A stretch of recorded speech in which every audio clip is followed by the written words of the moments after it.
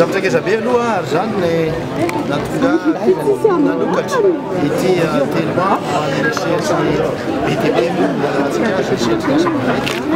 satria manana anjara toerana lehibe mihitsy zany izy tia eo fampandrosoana ny firenena.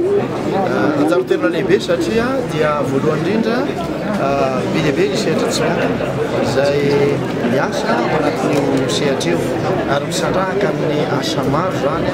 ny asan'ity secteurny BTP zany misy ny lalana, misy ny trano, misy ny tetezana, misy zatra maro samihafa moa zany izay atao ary rehefa mijery izay io sehatra fampandrosoana Madagasikara isika raha mihitsy anao lalana, anao aéroport,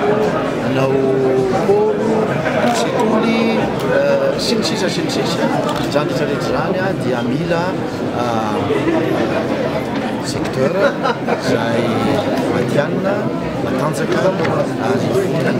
mifaninana ihany koa. Androany moa dia laza hoe be dia be ny fotodrafitr'asa izay efa mandeha ary mbola andeha eto moa dia soratra ny famatsiana fa be dia be ny vola izay hoavy miasa izany sehatra zany misy fanambaran-dalana moa efa mitenenina hoe ny RN9, RN8, RN13, RN5, RN12 zany rehetrarehetra zany dia lalana hoarina daholo ary hiteraka asa. Zay tena zava-dehibe zany hoe hiteraka asa ireny zavatra ireny, asa ho an'ny tanora, asa ho an'ny malagasy rehetra. Nisy anankiray izay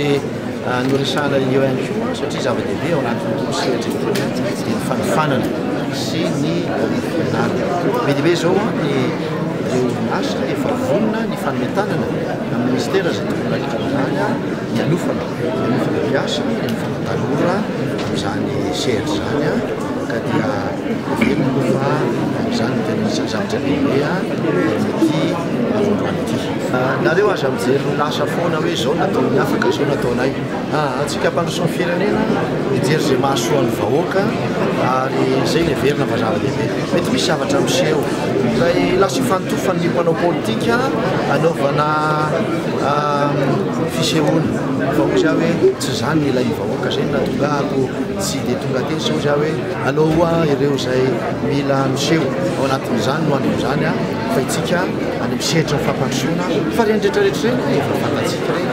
efa mitady vahoana antsika efa présidence ao na ministère maro samihafa izay efa mijery ny amahana an'ireny olan'ireny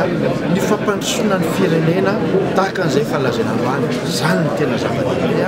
ka reny zavatra tenenina reny efa ao anatin'ny fikaroana vaholana maharitra isika isoan'ny tombontsaboaka. Misy endrika maromaro nketina hampandrosoana ny firenena sy anaovana ndreky fotodrafitr'asa ireny. Ny voalohany moa zany dia rehefa matsimbola avy amin'ny fotoam-panjakana izay hitantsika teo fa atao anatin'ny crise isika, voakan'ny crise isika tsy ampy zany fa efa eo kosa nefa rehefa matsivola raisam-pirenena izay efa vonona efa milaza mihitsy fa manampy. Androany zao dia tena ambassadeur-ny européenne izay laza hoe hoavy zay manampy amin'ny fanambaran-dalana, manampy amin'ny fanofanana zava-dehibe zany zavatra zany. Fa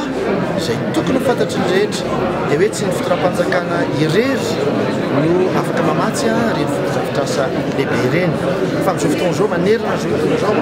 efa misy ny famatsiana avy amin'ilay hoe 3P partenariat public privé zany hoe ny fiaraha-miasa ny sehatra tsy miankina sy fotoram-panjakana manao fotodrafitr'asa maro samihafa na lalany io na aéroport na fanamboarana trano io sy ny sisa dia efa azo atao sady tsy mampitombo ny trosam-panjakana reny no azona manatanteraka ny asa. Ka zay ny tena zavatra lehibe hoe ny andraikitra ny sehatra tsy miankina